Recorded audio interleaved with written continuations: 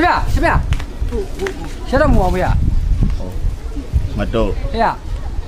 အဲ့မနေ့ကလောငါ့ကိုခေါင်းလျှော်ရည်ဘီးတွေလှူအောင်မလို့လား ဟုတ်ဗျာ ကတိကတ်ကွာဘုန်းကြီးတို့ခေါင်းလျှော်ရည်ဘီးတွေပေါင်တာတွေလာလှူတာတော်သေးလို့ကျောင်းကိုလာတဲ့ဓမ္မတွေပြန်ဆွန့်လို့မင်းကွာ တပည့်တော်မသိလို့လူမိတာပါဖေရ ဒီပါကြီးပါ ဒီတကလူမှာဖုံးချောင်းတို့အသုံးဝင်မဲ့ပစ္စည်းတပည့်တော်လူမှာပါဖေရ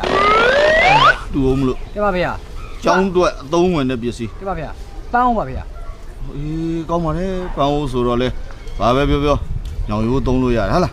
ညောင်ရိုးသုံးလို့အေးတော် ခဏလေးစောင့်တော့ပါဖေရ အေးသူရတာတုံးလားလူကျင်စိတ်ဟဲ့ တင်ပါဖေရ ဟာ